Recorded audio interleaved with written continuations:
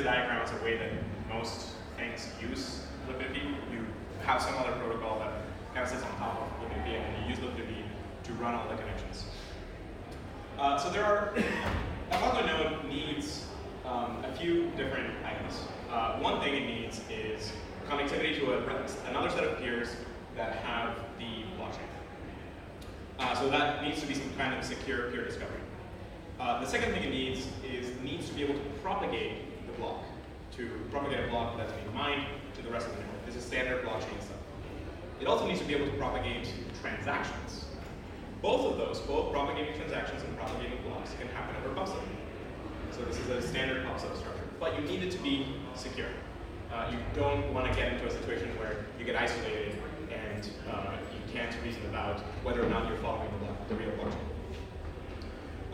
The next thing on top of that is just the deeper part of this is liquidity handles all of the connection management for us.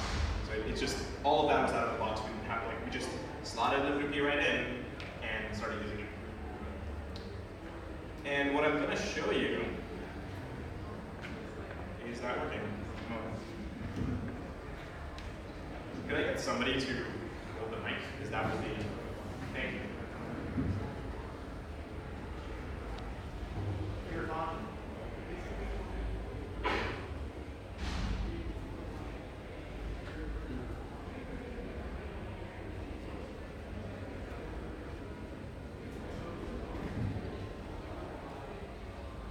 So this is totally live, and we'll see if it works.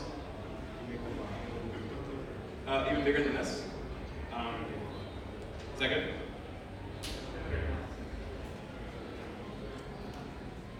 So this is a simulator that is going to spawn Filecoin nodes using the Go Filecoin tool that's available in my path. So Go Filecoin is a tool that is available here, and it functions very similar to IPFS. You can init a repo, you can then do all of the standard stuff that you would expect on the blockchain, plus do all of the fancy file storage stuff that you can do with Filecoin.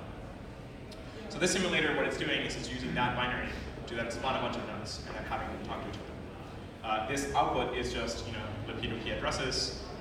This needs to change to /P2P and then /Filecoin at the end, and some changes like that. But you get right now there's a swarm going on. You can see it in the top. For example, if I see processes, I have a bunch of Filecoin processes running.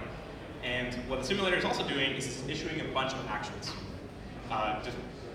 The goal of the simulator is to just send a whole bunch of actions to the Filecoin node. I'm going to restart the simulator and open the visualization. So this is what that network is doing.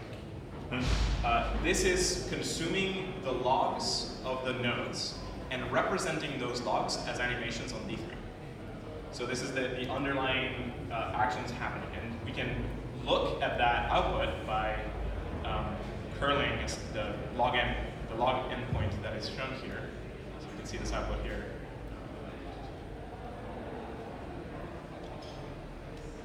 So this is the stuff that visualization is consuming. But right now we can see payment transactions, we can see a block being mined, we can see bids and asks being added to the market, we can see a depth chart of the actual storage market, we see a deal, we see the blockchain coming in, we can see a chain explorer, we can go through and look at messages and transactions going on in there. And the beauty of this is that this simulator tool isn't really that tied to the Filecoin code base at all. It's specific to Filecoin because it needs to do some Filecoin specific actions, it needs to be able to issue things. But it doesn't really touch the Filecoin code base very much. It could work on top of, you could write a very similar simulator for IPFS and then visualize the DHT in IPFS. You could write a very similar simulator to look at BitSwap or look at PubSub or any of the other liquidity protocols. And so the power here is that by using the same architecture with liquidity, we can consume the log output and then transform it into something that the visualization can run. Now, of course, this visualization would have to be tailored specific to a protocol, right? If we wanted to see at DHT, we would not be looking at this. We'd be looking, some kind of ring structure and see the fingers if it's chord. We want to see like a address space if it's cadencia, and so on. But the idea is that you can have the same architecture of just taking log output, transforming it, and piping it into a D3 thing to get this kind of stuff. And so yeah, this is oh, by the way, these are like actual files being moved by these nodes in my computer. So let's see how many we have now. Good bunch. All right, I will wrap it up after this. To use to one of the things the simulator gives you is you can talk to any specific node with this this address. So you can do something like check out the order book, check out the deals. So that's some output. We can look at that. We can grab the client and cat that output, whatever that is. We can put it into a file. I don't know what that file is. We'll find out. Did it not work? No, it didn't work. There's a number of files. Yeah, I'll try another one. Just because we want to see it. The file is there. It's just I don't know what it is. It could be like an encrypted block.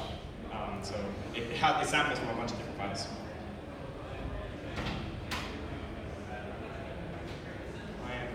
That's file again. Open file. I want to get text edit. Oh man, this is the encrypted block. All right, one last third time to turn, and then I'll get out. I'm trying to get a picture. You can do it. Open file. And so this is like different clients on Filecoin requesting files, right? No. Okay.